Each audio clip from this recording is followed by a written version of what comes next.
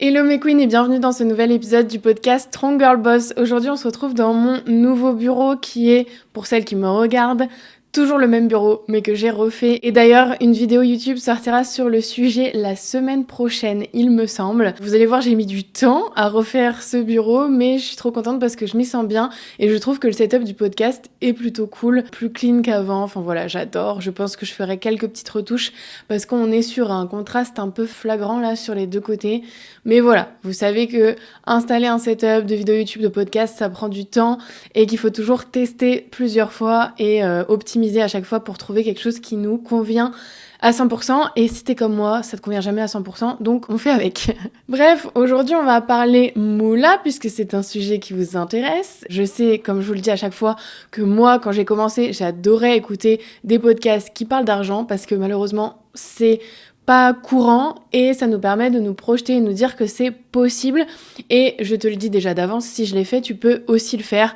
Il y a zéro excuse à part celle que tu trouves dans ta tête. Donc qui dit fin d'année dit bilan, on s'en refera un en décembre parce que là je m'excite un peu alors qu'on est qu'en novembre et que la semaine prochaine, donc cette semaine quand tu écoutes cet épisode, je fais un lancement, donc je vais refaire de l'argent et donc je pourrais te dire à la fin de l'année combien j'ai fait sur toute l'année. Mais là, depuis janvier on est actuellement le 20 novembre, je peux te dire que j'ai regardé mes logiciels comptables en écrivant cet épisode et j'ai fait plus de 350 000 € déjà.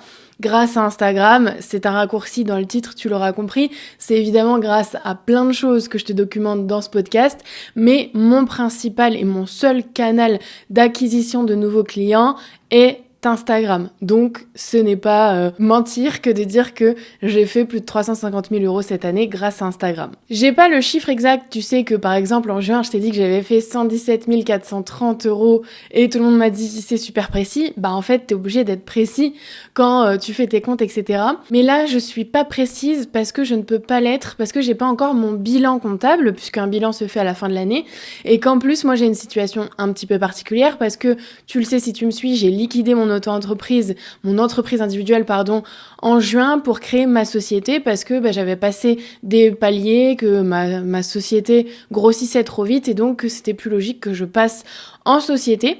Donc ce que j'ai fait, c'est qu'en fait j'ai pris l'argent encaissé, je parle d'encaisser, je parle pas de facturer. C'est-à-dire la différence très rapidement pour ceux qui se disent pourquoi je dis ça, c'est qu'en gros souvent, par exemple quand j'ai dit j'ai fait 117 000 € en juin, c'était du facturé, c'est-à-dire que j'ai encaissé, je te l'avais dit, à peu près 50 000 € et le reste allait s'étaler sur plusieurs mois parce que je propose à mes clientes du paiement en plusieurs fois. Là on parle de l'encaisser puisque j'ai pris mon logiciel de facturation et mes factures sont générées au moment où les paiements sont encaissés. Bref, je t'ai déjà peut-être perdu. Revenons à nos moutons. De janvier à mai, du coup, sur mon entreprise individuelle, j'ai encaissé 133 000 €. Et sur ma nouvelle société, de juin, du coup, à octobre ou début novembre, si on prend pas en compte la fin novembre avec le lancement qui arrive, j'ai encaissé 223 500 €. Donc je suis très contente. Ça je l'ai fait, tu le sais si tu me suis encore une fois, avec une seule offre, principalement Success Story Pro, un petit peu de Success Story Creator en juin, mais j'avoue que pour l'instant j'ai mis cette formation un petit peu de côté, j'y reviendrai dans un autre épisode pour t'expliquer un petit peu tout ça et ce que la formation en ligne nous fait un petit peu croire et voilà, je reviendrai là-dessus dans un autre épisode. Donc Success Story Pro c'est un accompagnement, c'est pas juste une formation en ligne, c'est pour ça que je tiens à le préciser, c'est pour ça que le prix est aussi un petit peu plus élevé et j'ai un petit peu de collaboration avec des marques là-dedans, mais vraiment ça doit être 5% du chiffre d'affaires, même pas je pense. En tout cas pour te dire en gros avec Prozis je fais à peu près 1 500 € à l'année, peut-être 2 000 € à l'année. Avec Oli si j'ai quand même encaissé pas mal sur l'ancienne entreprise individuelle, j'étais je pense à pareil 2 000 € sur 6 mois. Par contre j'ai arrêté avec eux là, donc sur la nouvelle société j'ai quasi pas d'influence parce que j'en fais presque plus. Donc c'est vraiment que mon business en ligne. Et le pire dans tout ça, c'est que comme je te le disais, l'année n'est pas terminée. D'ailleurs, si tu écoutes cet épisode le jour de sa sortie ou la semaine de sa sortie, les places de Success Story Pro sont ouvertes. Et c'est la dernière fois de l'année qu'elles sont ouvertes. C'est la dernière chance pour toi de nous rejoindre pour qu'on puisse clôturer l'année ensemble et débuter 2025 ensemble. Pourquoi je te dis ça? Parce que je réserve énormément de surprises à mes clientes sur les mois de décembre et janvier. Donc en fait, si tu nous rejoins fin janvier à la prochaine ouverture, ce sera malheureusement un petit peu trop tard, tu seras pas dans le moment. Sache que décembre et janvier sont pour moi des moments décisifs pour ton année 2025.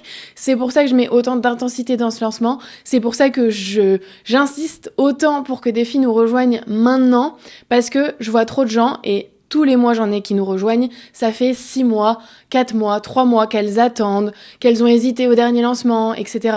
Et qu'elles regrettent un petit peu, et c'est pour ça qu'elles me rejoignent, et c'est ok, chacun son rythme, mais qui me disent, putain, j'ai déjà perdu 3, 6 mois dans mon business, j'ai pas eu plus de résultats que la dernière fois qu'on a discuté, maintenant il faut que je passe à l'action. Donc ne sois pas cette personne qui regrette dans 3 mois et qui aura perdu encore 3 mois de sa vie, sois la personne qui nous rejoint à partir de maintenant. Si tu veux arrêter de galérer sur Instagram, arrêter de galérer en fin de mois à te demander si tu vas avoir des nouveaux clients le mois prochain, si tu vas encaisser de l'argent, on va créer ensemble un système grâce à ta communication organique qui te permet d'attirer des clients, des abonnés qualifiés que tu pourras convertir en clients, et je t'accompagne à faire ça de A à Z. Donc vraiment, c'est l'offre de l'année, et de toute façon tu le vois, je ferais pas autant de chiffre d'affaires chaque mois si mon offre était daubée, puisque maintenant tu le sais, en plus j'ai des ambassadrices, j'en ai une 20aine, donc les filles ne me recommanderaient pas et ne recommanderaient pas l'accompagnement si c'était pas quelque chose qui permettait d'avoir des résultats. Donc passons au concret, mais voilà, c'était pour te dire que c'est le moment ou jamais de nous rejoindre, d'investir en toi en cette fin d'année et de pas attendre je ne sais quoi, je ne sais quelle excuse avant de te lancer. Donc je pense qu'avec ce lancement du coup de cette semaine, je passerai normalement assez facilement les 400 000 € de chiffre d'affaires encaissés cette année, en 2024. Donc je suis trop contente, je réalise à peine. Pour te dire, l'année dernière, j'avais fait 100 000 € en commençant Success Story, la version vraiment développée en septembre. C'est à peu près ce que j'avais imaginé. Je m'étais dit 300, 400 000 €. Tu le sais, mon but c'était de faire le million en début d'année, mais j'ai vite déchanté parce que j'ai frôlé le burn-out. Donc tu vois, j'ai eu quelques mois de reconstruction. Et du coup, je suis trop contente d'être arrivée à ce chiffre. Et j'espère faire plus, on verra. Là, je peux pas te le dire encore parce que j'ai pas les chiffres. Mais c'est sûr quasiment que je vais passer les 400 000 €, sinon ça voudrait dire que ce serait un lancement un petit peu loupé et j'y crois pas vraiment. Donc voilà, j'ai hâte de te dire ça, mais ça je te le dirai dans un prochain contenu. Mais pour te dire, voilà, j'ai fait 350 000 et bientôt je pense 400 000 cette année grâce à Instagram, et je vais te donner mes stratégies, je vais te donner les erreurs aussi que j'ai pu faire pour pas que tu les reproduises.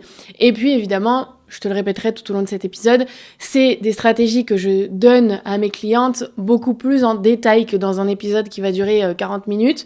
Donc, si tu veux aller beaucoup plus loin, si tu veux mettre en place tout ça concrètement, m'écouter c'est bien, passer à l'action c'est mieux, mais je pense que tu l'auras compris. Donc dans un premier temps, je voulais revenir sur mon parcours sur Instagram, parce que il y a des gens qui me rejoignent chaque mois, donc je sais pas à quel moment de mon parcours, de mon histoire tu m'as rejoint, donc t'es peut-être pas au courant de tout. Et dans tous les cas, même si tu suis Mathilde Wood depuis le début, je n'ai pas commencé sur Instagram en tant que Mathilde Wood. J'ai commencé il y a bien plus longtemps, pendant le Covid, avec un autre compte qui parlait de prise de parole, de confiance en soi, etc. C'était à mes tout débuts. J'avais encore jamais rien fait en ligne. Je me suis formée toute seule. Je t'avoue que j'ai revu des stories qui datent du coup maintenant d'il y a 4 ans dans mes archives sur mon compte perso où je découvrais Canva. Alors que maintenant, tu vois, Canva, c'est genre, je sais pas comment dire, c'est pas mon deuxième cerveau, mais tu vois, c'est ma troisième main, si je peux dire. En gros, c'est l'outil, pour moi, qui est ultra facile à utiliser, que j'utilise ultra souvent. Et je me dis, en fait, il fut un temps où je ne savais pas m'en servir. Et genre, je galérais, j'étais là en mode, comment on fait ça, que maintenant, ça me paraît tellement facile et évident que de revoir ça, je me suis dit, mais en fait, meuf, t'as pas commencé avec des compétences en communication, des compétences sur Instagram, des compétences sur Canva et compagnie, en sortant du ventre de ta mère. Non. Genre, t'as eu un parcours aussi qui est intéressant, à partager pour te montrer que même si mon métier c'est la com, que j'ai ce truc en moi, je le sais, c'est ma zone de génie de savoir communiquer. C'est aussi parce que je m'entraîne depuis des années, que je me suis formée, que j'ai investi en moi, que j'ai pris des accompagnements, que j'ai pris des formations, des compétences à droite à gauche et que j'ai créé ensuite mes propres méthodes. Ça d'ailleurs, je tiens à le préciser parce que je vois, il y a énormément de coachs Instagram, de coachs business, etc. sur les réseaux. Moi, la différence, c'est que je t'accompagne sur tes réseaux sociaux, certes, mais le but, c'est de faire des ventes. Donc, je suis mentor réseaux sociaux, mais surtout business pour derrière pouvoir convertir tes vues, tes likes et tes abonnés en clients. Moi, je m'en fous que tu fasses énormément de vues, énormément de likes, énormément d'abonnés. Si derrière, t'arrives pas à convertir, j'aurais pas réussi ma mission. Donc, ce que je veux dire, c'est que déjà, j'ai cette particularité-là. Et j'ai aussi une particularité, je pense, qui est importante pour moi d'assumer maintenant, c'est que j'ai créé ma propre méthode Success Story, mes propres concepts avec tout ce que j'ai pu apprendre autour et depuis plusieurs années. Donc je répète pas juste ce que j'ai appris dans une seule formation ou ce que j'ai appris il y a 2 mois et que je veux absolument monétiser 2 mois après. Non, c'est des années d'expérience, de tests, d'optimisation, que ce soit pour moi-même, pour des entreprises, pour des clients, etc. Quand j'étais en freelance aussi. Enfin voilà, j'ai vraiment cette expérience que je voulais souligner dans le début de cet épisode. Et donc j'ai commencé pour que tu puisses peut-être aussi t'identifier en galérant, en apprenant, en passant à l'action, en optimisant vidéo par vidéo. Et j'ai lancé, quelques mois après, une formation. Et en fait, je voyais tellement d'entrepreneurs, même de créateurs de contenu qui galéraient à raconter des histoires et qui, dès le début, même quand j'avais 0 compétence en vidéo et tout, qui me disaient, mais en fait, t'as une manière de t'exprimer, de raconter les choses, de raconter ton histoire qui est ultra fluide et qui fait que t'as une communauté engagée, même si t'as pas beaucoup d'abonnés. Moi, l'avantage, c'est que dès le départ, mais je pense que c'est aussi une question de personnalité et tout, c'est que dès le départ, même avec un petit compte sur Apprentis Vivant, je devais avoir 3-4 000 abonnés et à la base, genre 2000. Il me disait, t'as un engagement, t'as une capacité de connecter avec les gens et d'avoir de l'engagement que j'ai pas, alors qu'il y avait des gens qui avaient beaucoup plus d'abonnés que moi. Et donc, je me suis dit, en fait, c'est le storytelling et je vais leur apprendre comment raconter des histoires, comment construire leur storytelling. Donc, c'était une formation, hein, clairement. Mais, je l'ai lancé. Et j'avais communiqué dessus, tu sais, je m'étais dit, j'avais fait un pré-lancement de malade et tout. Et que je m'étais dit, du coup, quand elle va sortir, le jour et l'heure où elle sort, je vais faire plein de ventes et tout. Et je commençais déjà à développer ma confiance en moi, la manifestation, machin. Et je me souviendrai toujours, j'étais dans mon bain et je me suis dit, je vais prendre mon bain et je vais avoir les notifications de vente qui vont pleuvoir parce que voilà, je suivais déjà des entrepreneurs qui à l'époque nous vendaient quand même beaucoup de rêves et pas beaucoup de valeur. Maintenant, ça va mieux. Et en fait, j'étais dans mon bain mais j'avais 0 notif. J'avais beau actualiser et tout, j'avais personne qui avait acheté le jour et l'heure pile où c'est sorti. Et en fait, pour moi à l'époque, c'était un énorme échec. C'était en mode, mais c'est fini quoi, ma truc c'est de la merde. Et en fait, comme j'avais pas encore de confiance en moi et que je me l'étais juste créé dans un monde imaginaire, je me suis dit, c'est nul ton truc, laisse tomber, personne en veut, nanana. J'ai tout coupé, genre je pense le soir même ou le lendemain, parce que j'avais pas fait de vente ou j'avais fait des ventes genre à mes meilleurs potes qui étaient là pour me soutenir, tu vois. Et ça m'avait encore plus frustrée de me dire que le seul argent que j'ai gagné, genre j'avais l'impression que limite je l'avais volé parce que c'était mes potes et que ça me faisait chier de leur prendre de l'argent, tu vois. Et du coup, le soir ou le lendemain, j'ai tout coupé. Et cette formation, genre, j'avais passé des heures. En plus, à l'époque, je savais pas faire une vidéo comme je le fais là, en impro, limite, avec juste un script et où je peux parler pendant des minutes entières. Donc, j'avais galéré. En plus, c'était trop chiant. À l'époque, je faisais des slides et je parlais en même temps pendant mes slides. Donc, il fallait que je sois sur Canva pour me filmer et qu'on voit mes slides en même temps. C'était une galère. J'avais passé des heures et des heures à préparer les slides, ensuite à m'enregistrer, ensuite à faire les montages. Je m'en souviendrai toujours, j'avais plus de place sur mon disque, mon ordi il était en PLS. Enfin bref, vraiment j'avais mis du temps et de l'énergie là-dedans et j'ai tout coupé.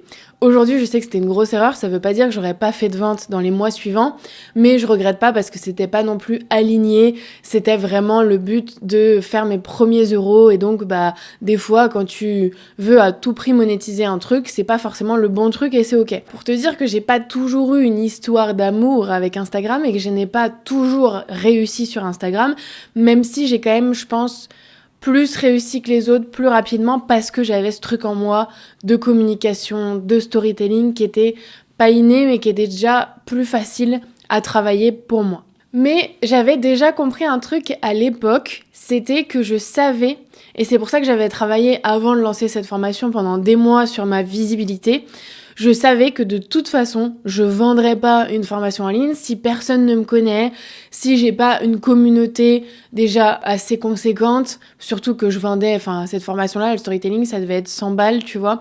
Donc quand tu vends en plus des produits à 100 balles, t'as intérêt d'avoir quand même un peu de masse. Sinon, voilà, je veux bien entendre que les gens disent, t'as pas besoin d'avoir beaucoup d'abonnés pour faire des ventes, c'est vrai.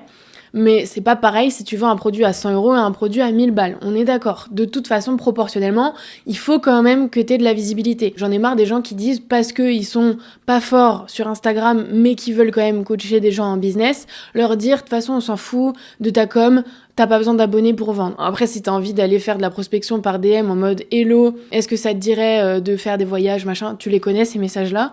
Flemme, ma phobie. Donc je me suis dit, il faut que je crée une communauté de gens qui sont intéressés par ce que je raconte, qui ont besoin de ce que je propose. Ça, je l'ai compris très très vite et je pense que c'est ce qui a fait la diff. Parce que vraiment, je le répète, je vois des gens qui en croient encore qu'ils vont pouvoir vendre des formations en ligne en un claquement de doigts, sans communauté et qui limite ont l'idée de la formation avant de créer la communauté alors qu'ils savent même pas de quoi a besoin réellement leur cible.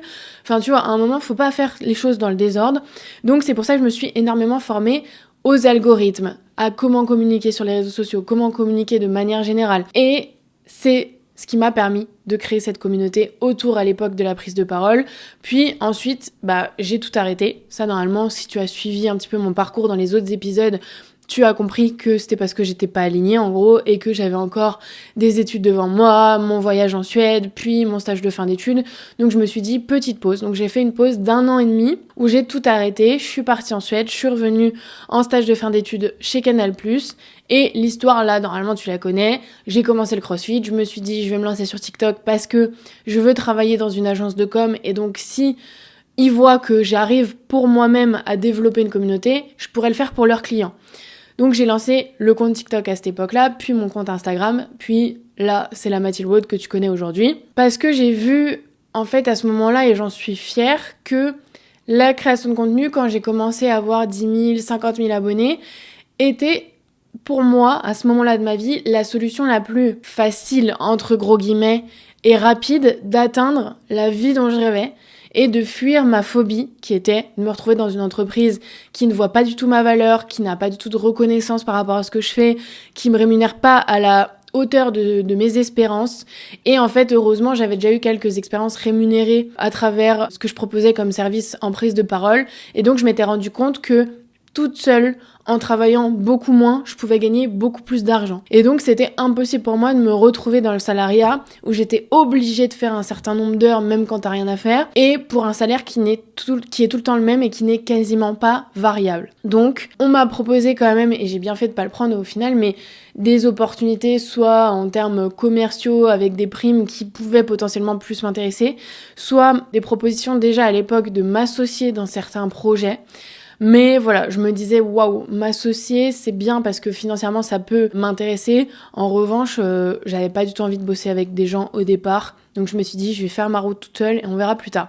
Et j'ai bien fait au final de m'écouter. Mais voilà, j'ai vu l'opportunité qu'étaient les réseaux sociaux assez rapidement et encore une fois, c'est ça qui a fait la diff, je pense. Et donc, comme je te disais, la suite, tu la connais si tu me suis, c'est la Mathilde Wood que tu connais qui a lancé, après avoir eu sa propre success story en gros sur les réseaux sociaux et avec des collaborations avec les marques, etc. J'ai lancé Success Story qui à l'époque n'était pas pro creator, était juste Success Story. Plus à la base pour les créatrices de contenu, puisque moi j'étais créatrice de contenu. J'ai accompagné 6 nanas en bêta test, rémunérées, mais je savais qu'il fallait que je vende, enfin pas qu'il fallait, mais que vu la valeur que je transmettais par rapport à mes années d'expérience, de formation, etc., je savais que mon offre allait être à un prix plus élevé, mais je voulais tester déjà mes idées, voir si j'étais vraiment à la hauteur pour répondre aux problématiques des filles.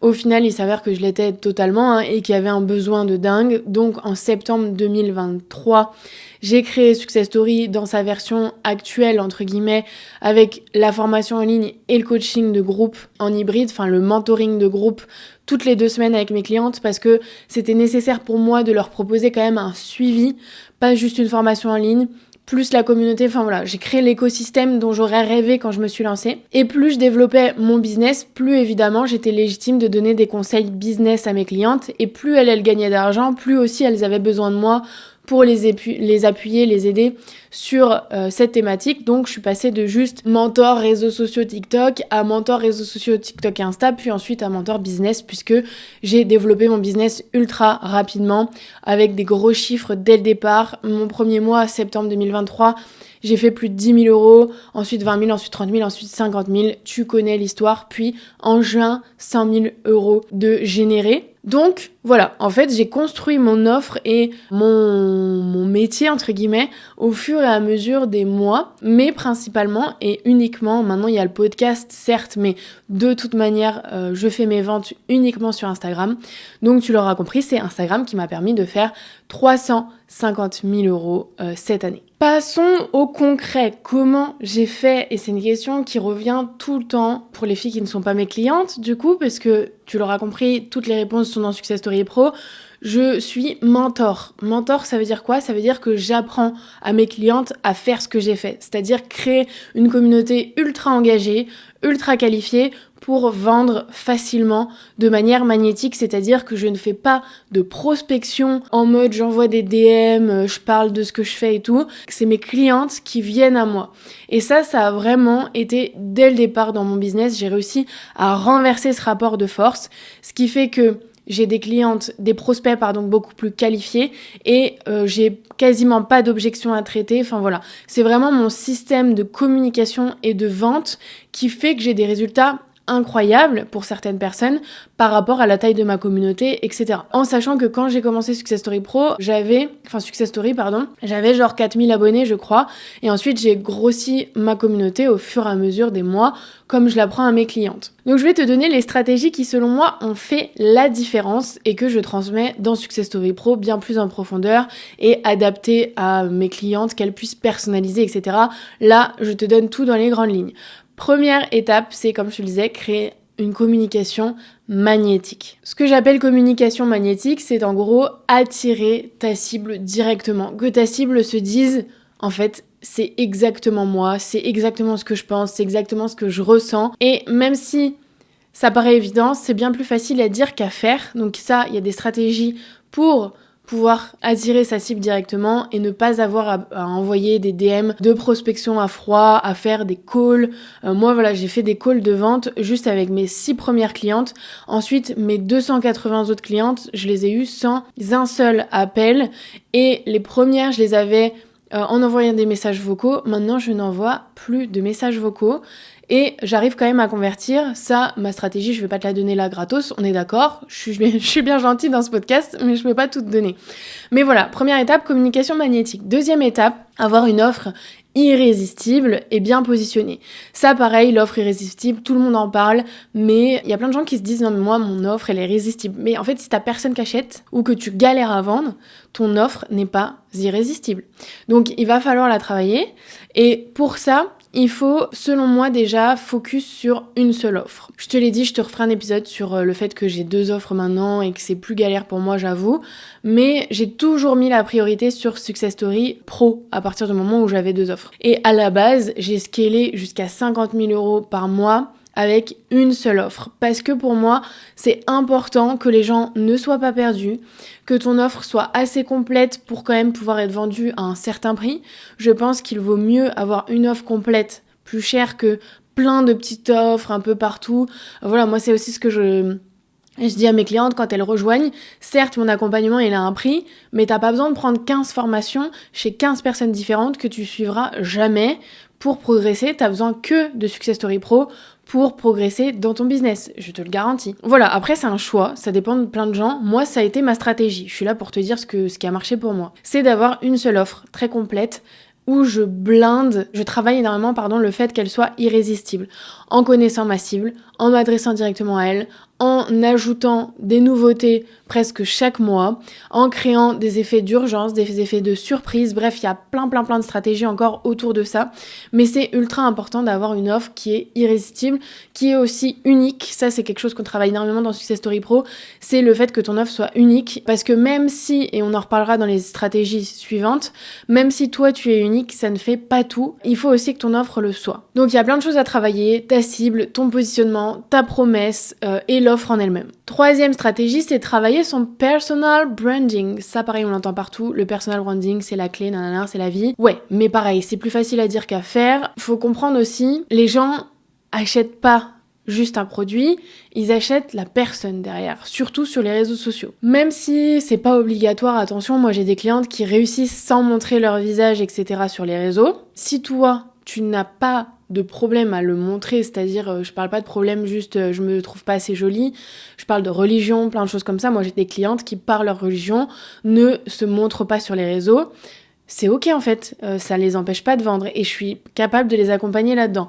Mais si toi, t'as pas de raison spirituelle à ne pas te montrer, ton excuse de je suis pas assez belle ou je suis pas assez forte en face caméra, on va vite l'exploser et tu vas voir qu'avec un personal branding, c'est quand même plus facile de convertir, plus facile d'avoir une com alignée à toi et donc les gens vont plus acheter la personne que le produit. J'en suis presque convaincue. Après, attention, c'est pour ça que j'ai mis le produit quand même avant. C'est que t'as beau avoir une personnalité, machin, un bon personal branding, si tu fais un premier lancement et que tu fais beaucoup de ventes et que ton offre, ton produit est pourri, tu l'auras fait qu'une fois. Hein. Donc c'est pour ça que la priorité c'est quand même l'offre et ensuite le personal branding. Pour moi les deux c'est le cocktail idéal pour faire des ventes facilement entre guillemets. Mais tu peux pas, et moi je te recommanderais jamais de travailler énormément ton marketing et qu'au final, ton offre à l'intérieur soit pourrie. Donc, il faut travailler les deux, on est d'accord. Le personal branding, tout le monde l'utilise à toutes les sauces là, mais il y a des gens qui se trompent. Avoir un bon personal branding, c'est pas juste avoir des couleurs, être habillé de la même couleur, utiliser les polices, 2 polices et 3 couleurs sur Instagram. Ça s'arrête pas là.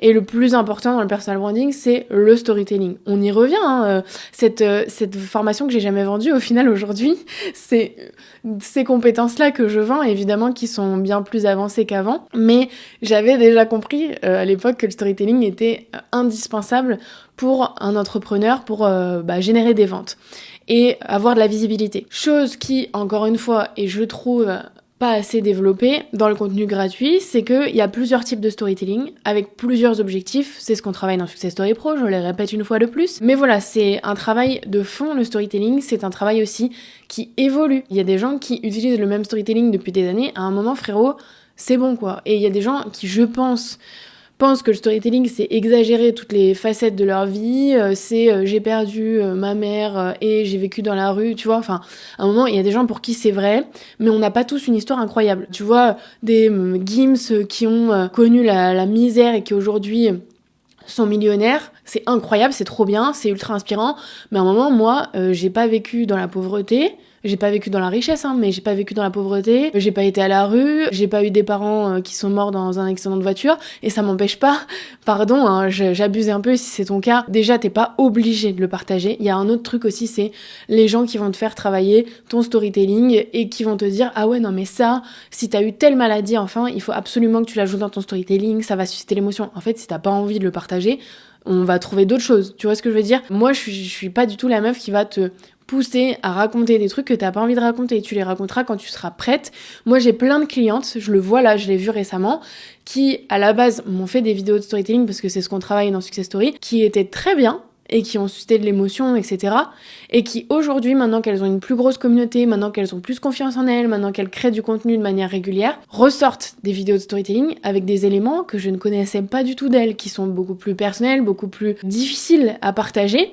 Donc c'est aussi des questions de temporalité, t'es pas obligé de partager ces trucs-là directement, t'es pas obligé de les partager tout court, et autre point qui est celui sur lequel je m'identifie, t'es pas obligé d'avoir eu une enfance difficile pour avoir un bon storytelling.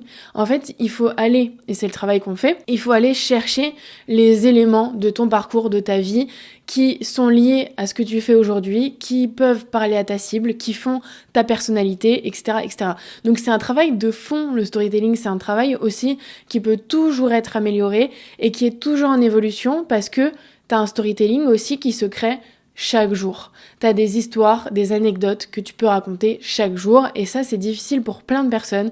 Moi c'était quelque chose qui était facile pour moi et qui du coup est facile à retransmettre à mes clientes parce que c'est une de mes compétences que j'ai, c'est que je sais raconter des histoires, mon histoire et des histoires. Ça c'est un point ultra important et qui nécessite beaucoup de travail et qui est en perpétuelle évolution parce que plus tu évolues dans ta vie, plus tu as des histoires à raconter, plus ton storytelling va évoluer. 4e point, et je disais que cet épisode allait faire 40 minutes mais je pense qu'il va être plus long, c'est la maîtrise des algorithmes parce que, encore une fois, je le mets en 4e, là c'est un peu par ordre d'importance, pardon.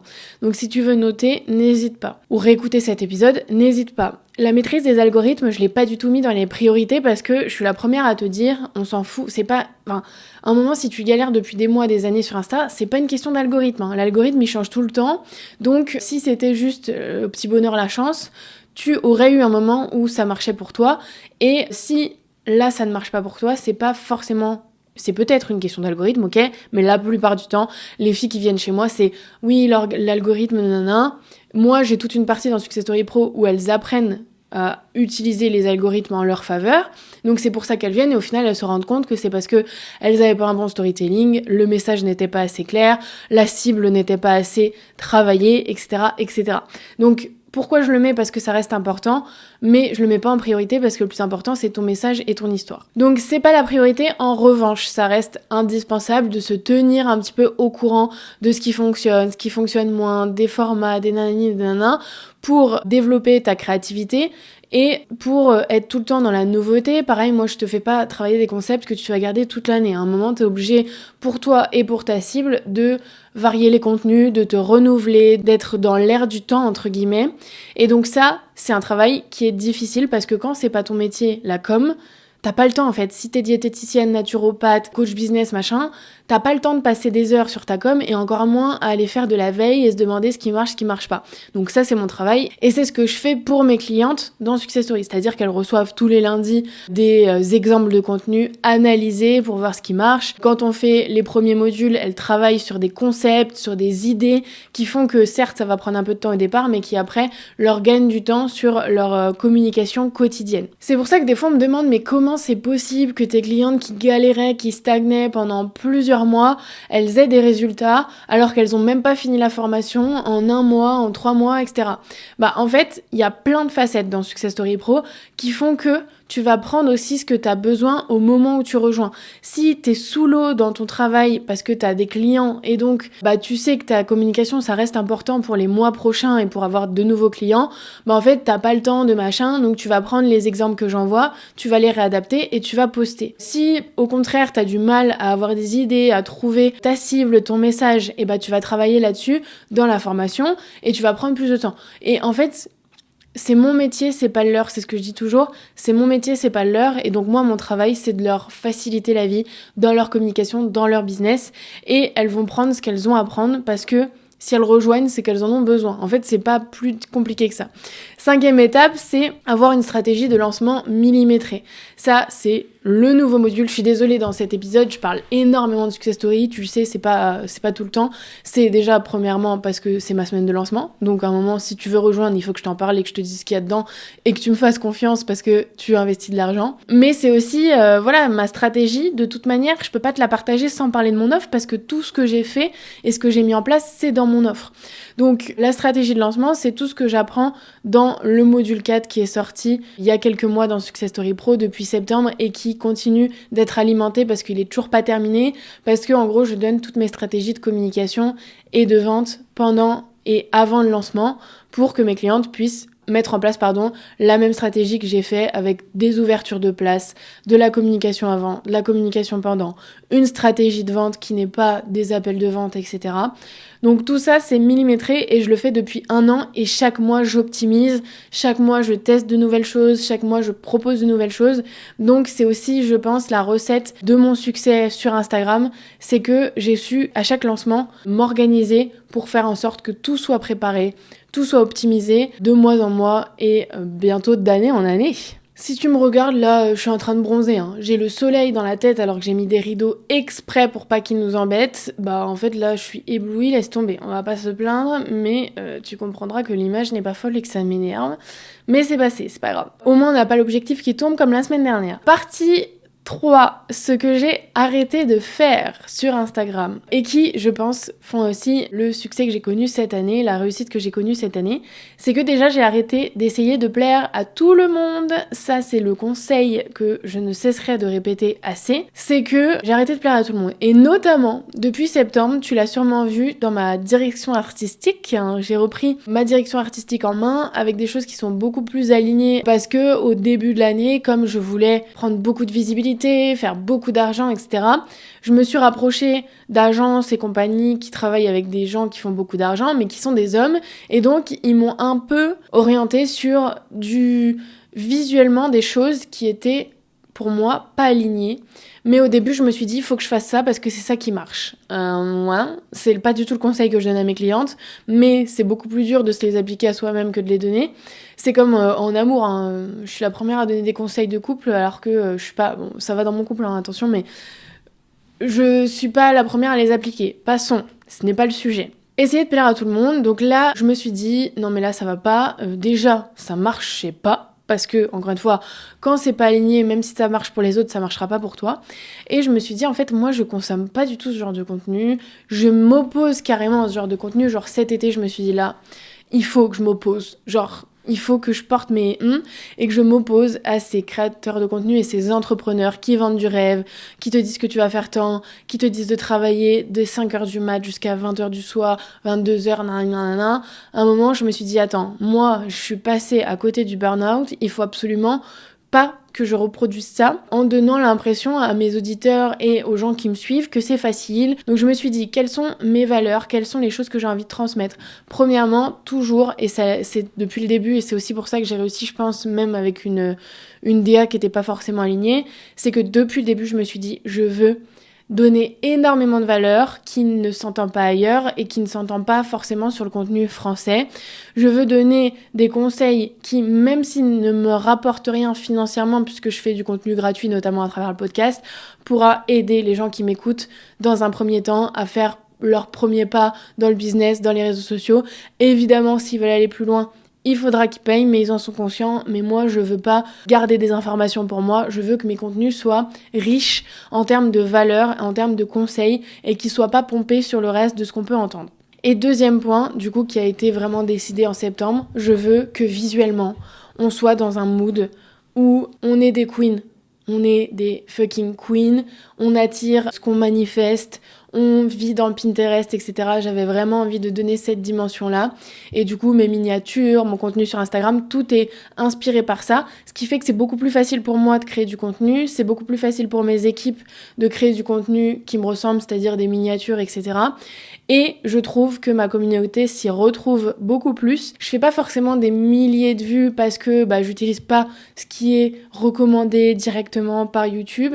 Mais au moins, je me dis, j'attire la cible que je veux, que je mérite et qui me ressemble. Deuxième point, arrêtez de se comparer toujours aux autres. Il y aura toujours des gens qui ont fait plus que toi, qui gagnent plus d'argent que toi, qui vont plus au sport que toi, qui mangent mieux que toi, qui ont une plus grande maison, qui ont un plus grand jardin, qui ont un chien qui est plus beau. À un moment, il y aura toujours mieux ailleurs, mais ton bonheur ne dépend que de toi et que de ta gratitude et que de machin, pas de ce que tu te compares aux autres. Donc dans ton business, dans ta création de contenu ou même dans ta vie perso, arrête de te comparer. Par exemple, moi quand j'ai commencé à avoir beaucoup de clientes, mon compte Insta a commencé à stagner. Pourquoi ? Parce que en fait tout simplement j'avais moins de temps à accorder à ma communication, c'était le temps aussi que je délègue certaines choses. J'ai eu l'arrivée aussi de Valentine qui a mis du temps, forcément, qui m'a pris du temps, entre guillemets, à être formée pour que je puisse aussi apprendre le management, que je puisse lui transmettre des choses pour qu'elle puisse être autonome, mais ça se fait pas sur les premiers mois.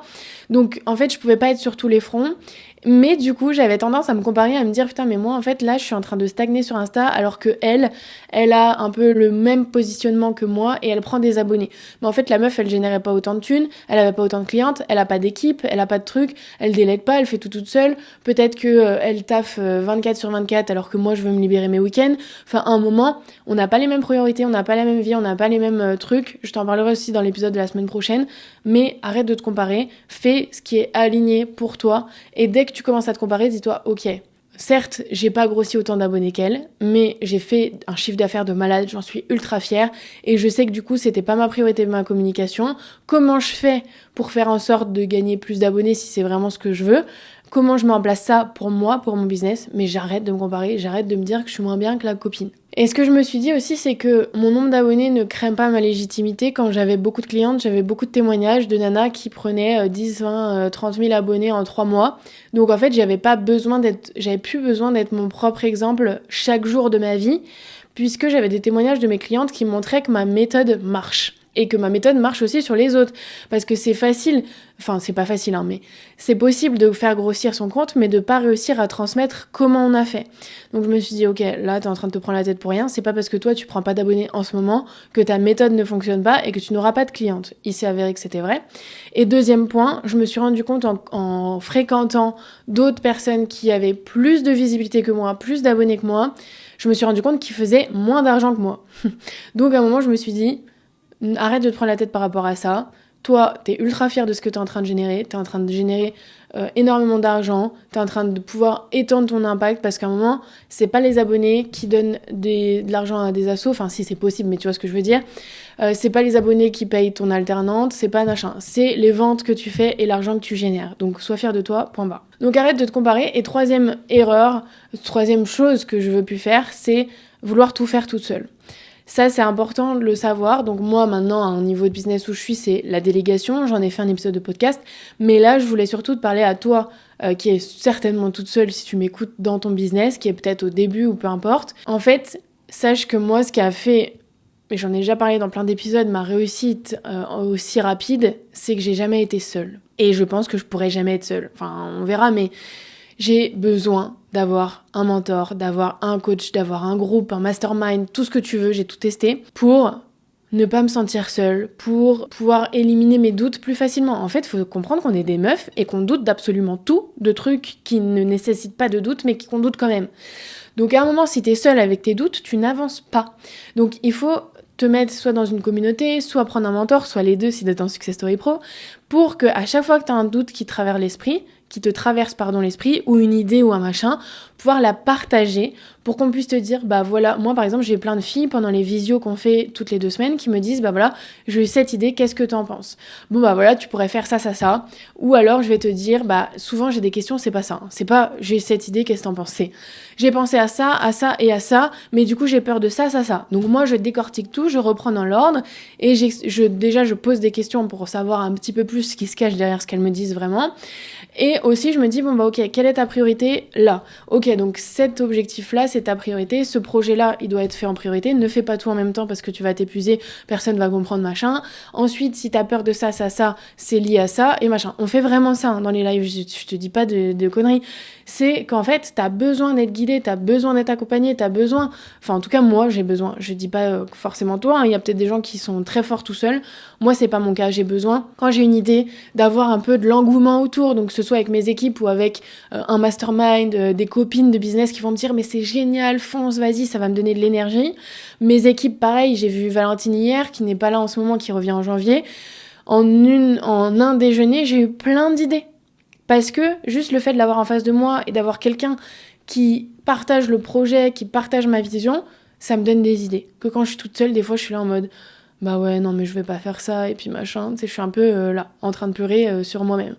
Donc sors de ça, fais-toi accompagner dès que possible, dès que t'as une idée. Moi j'avais pas encore généré d'argent avec mon offre quand j'ai pris un coaching à 6 000 balles. Et c'est ce qui m'a permis de faire 10 000 en septembre, et puis 20 000 et puis 30 000. Donc ça te fout un coup de pied aux fesses, ça te donne des stratégies qui sont claires si tu te fais accompagner par les bonnes personnes. Évidemment, enfin attention, il y a plein de bullshit sur internet, mais voilà. Si t'as des gens autour de toi, une communauté, une mentor qui est présente, qualifiée, etc., il n'y a pas de raison pour que tu réussisses pas et t'iras beaucoup plus vite. À un moment, j'en ai marre de voir des meufs qui galèrent pendant des mois avant de venir me voir en me disant bah là en fait j'ai plus rien, c'est la merde, etc. Donc ça va être possible, tout est possible, mais ça va être plus long et plus dur de se relever d'une épreuve comme ça.